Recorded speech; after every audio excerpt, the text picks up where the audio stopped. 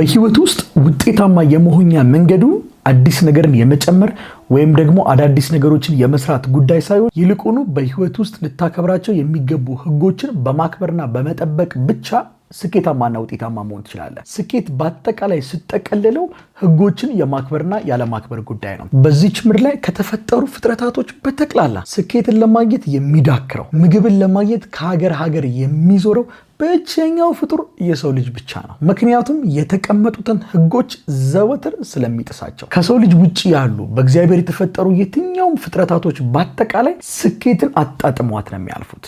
ወፍ ከተፈጠረችበት ጊዜ ጀምሮ ህይወቷ እስከሚያልፍ ድረስ የተቀመጠላትን ህግ አክብራ ህይወቷን በሚገባ መርታ ታልፋለች። ለመብረር የተፈጠረች ወፍ አንድም ቀን ውሃ ውስጥ ገብቼ ካልወጣሁ አትልም። ስለዚህ ስኬት በአጠቃላይ ጠቅለል ስታደርገው አዲስ ነገርን የመፍጠር ጉዳይ ሳይሆን ይልቁኑ ህጉን የማክበር ጉዳይ ነው። ህጉን በምታከብርበት ሰዓት ላይ አዳዲስ አይታቸው የማታውቃቸው ሀሳቦች ወደ አንተ መፍሰስ ይጀምራሉ። ሀሳቦች መፍሰስ ብቻ ደግሞ አይደለም፣ የሚፈሱትንም ሀሳቦች ደግሞ የምትፈጽምበትንም ጉልበት አብረ የምታገኙናል። በዚህ ቪዲዮ ምንም ተማር ምንም ስራ ውጤታማ የምትሆንበትን 7 ቁልፎች የማስረክብ ይሆናል።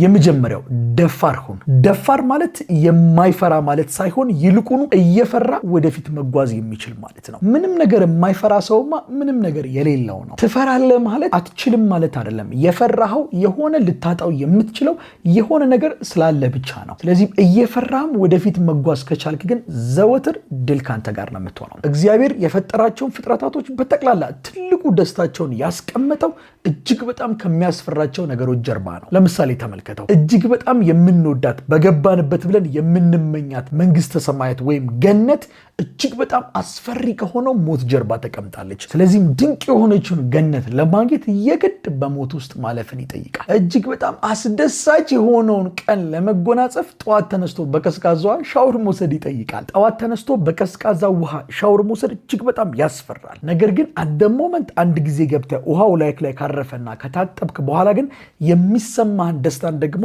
እንደምታስታውሰው ተስፋ አድርጋለሁ። እጅግ በጣም ከሚያስፈሩን ነገሮች ጀርባ ፈጣሪ የህይወታችንን አስደሳች የሆነውን ምዕራፍ ከዛ ጀርባ አስቀምጦታል። ስለዚህም ምንጊዜም አንድን ነገር ከማድረግ በፊት ባልፈራ ኖሮ ምን አድርጋለሁ የሚለውን ነገር ራስን ጠይቀው። ባትፈራ ኖሮ ልታደርገው የምትችለውን ያንኑ ነገር አድርገው። አስታውስ፣ በዚህ ምድር ላይ እንድትፈራው ወይም ደግሞ በዚህ ምድር ላይ ልትፈራው የሚገባው ብቸኛው አካል የፈጠረን እርሱም ብቻ ነው። ከሱ ውጭ ያሉ ነገሮችን መፍራት፣ ከሱ ውጭ ያሉ በምድር ላይ የሚገኙ የትኛውንም ነገሮች መፍራት ከባድ ኃጢአት እንደሆነ ለራስ አስተምረው። ሁለተኛ፣ ራስን የምትወድበት መጠን ሌሎች አንተን በሚወዱበት መጠን ላይ በፍጹም እንዳይንተራስ። ሌሎች አንተን የመውደድ ግዴታ የለባቸውም። አስተውል፣ ግዴታ ነው ያልኩት። ያጨበጨቡልህ ሰዓት ላይ ልብ አፕሊፍት፣ እንዲሁም ደግሞ ጭብጨባቸው የቀነሰ ሰዓት ላይ ደግሞ ልብህ ውርድ እንዳይል። እንኳን ያወሩብህን አይደለምና ይልቁኑ በመስተዋት ፊት ለፊት በምትቆምበት ሰዓት ላይ ራሱ በመስተዋት ውስጥ የምታየውን ሰውዬ እንኳን አይደለህም፣ ይልቁኑ ተመልካቹን እንጂ። ስለዚህ ራስህን እንደፈለግ ካርክተር ልትመለከተው ትችላለህ። you are not that person። መስተዋት ውስጥ ያለው ሰውዬ አይደለም፣ መስተዋት ውስጥ ያለው ሰውዬ የምትመለከተው እንጂ።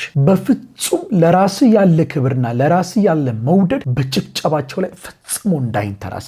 ሶስተኛ፣ to make something special believe it like it is special። በህይወት ውስጥ አንድን ነገር ልዩ አድርጎ ለመስራት የሚያስፈልግ ብቸኛው ቅመም ልዩ እንደሆነ ማመን ብቻ ነው። አንተ ያላመንከውን ነገር እኛ ልናምንልህ ፈጽሞ አንችልም። አንተ ያላመንክበትን ነገር ዓለም አምኖ ሊቀበልልህ ፈጽሞ አይችልም። ለሚያምን ሁሉ ይቻላል።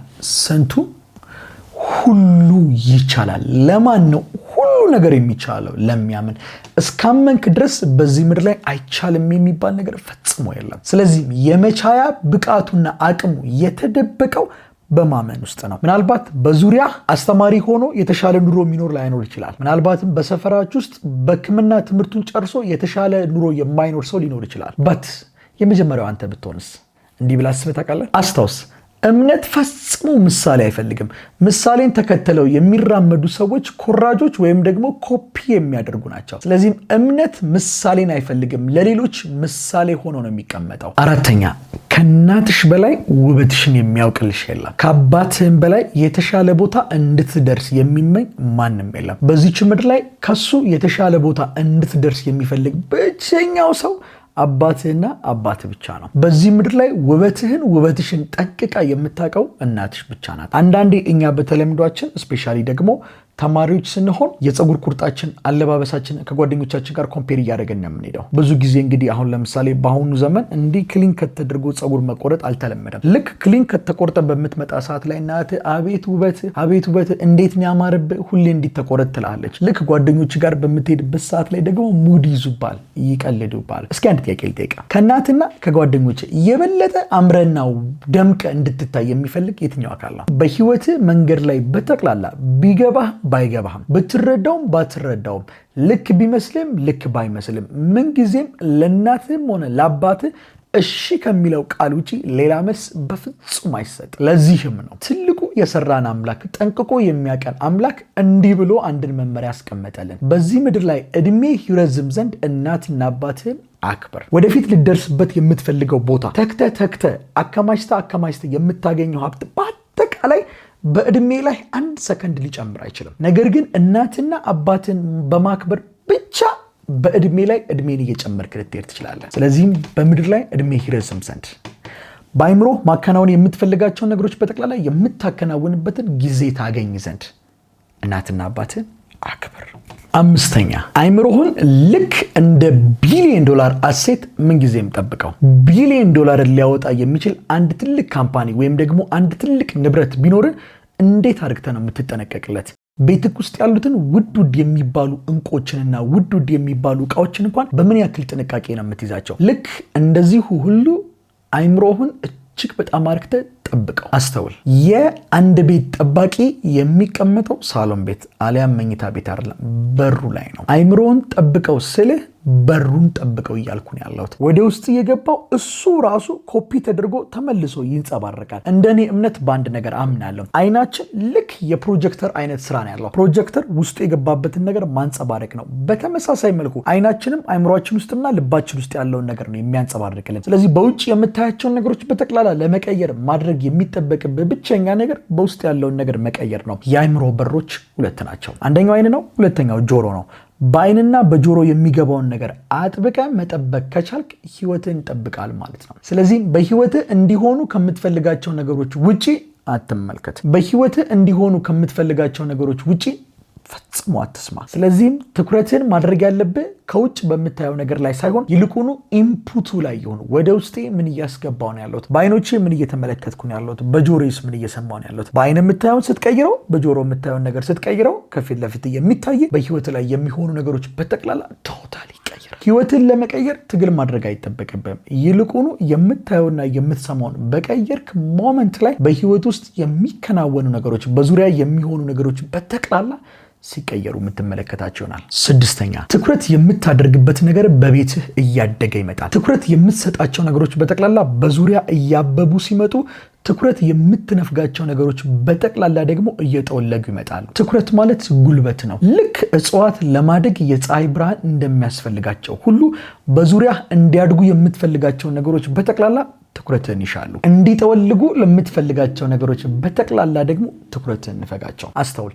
ትኩረት ማለት ትኩረት አደርጋለሁ ያልክበትን ነገር ማስታወስ መቻል ማለት ነው። ብዙ ጊዜኛ ትኩረት አድርገን የምንቆጥረው ከዚህ በኋላ ይሄ ነገር ላይ ፎከስ አደርጋለሁ ብሎ ዲሳይድ ማድረግ ይመስለናል። እውነት ነው፣ ዲሳይድ ታደርጋለህ። አስተውለው ከሆነ ግን 1 ቀን 2 ቀን ያንን ነገር ትኩረት አድርገህ ትሰራውና 3ኛውና 4ኛው ቀን ላይ ትጥለዋለህ። ስለዚህም ትኩረት አድርጋለሁ ስትል ዘወትር ትኩረት አድርግበታለሁ ያልኩትን ሐሳብ አስታውሳለሁ እያልክ እንደሆነ ልብ በል። በ7ኛ ደረጃ ነገሩን በብቃትና በአስደናቂ ሁኔታ ለመጨረስ እቅድህን ለማንም ሰው አትናገር። እቅድህን ለማንም አለመናገር እቅድን የምትፈጽምበትን ታላቅ ኃይልና ብቃትን በውስጥ ያስቀምጣል። ምክንያቱም ነገሩን ስላላከናወንከው ስላላደረግከው አድርጌው አስደምሜ ብሎ ሰውነት ዘወትር ይሮጣል። እቅድህ በውስጥ እስከያዝከው ድረስ የምታደርግበትን ጉልበት ይሰጣል። በተናገርከው ሰዓት ደግሞ እቅድህ ጉልበቱን ያጣና ወሬ ሆኖ ብቻ ይቀራል። ለዚህም ነው አስተውለው የምታኮን አላቅም ብዙ ጊዜ አደርጋለሁ ብለህ ለሰዎች የምትነግራቸውን ነገሮች ሳታደርጋቸው ትቀራለህ።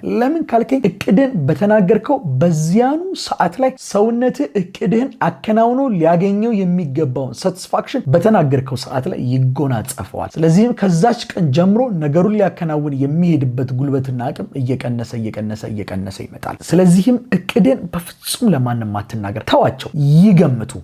ያውሩ፣ ይተቹ። አንተ ግን ጸጥ በል አድርገህና አከናውነ ብቻ አሳያቸው።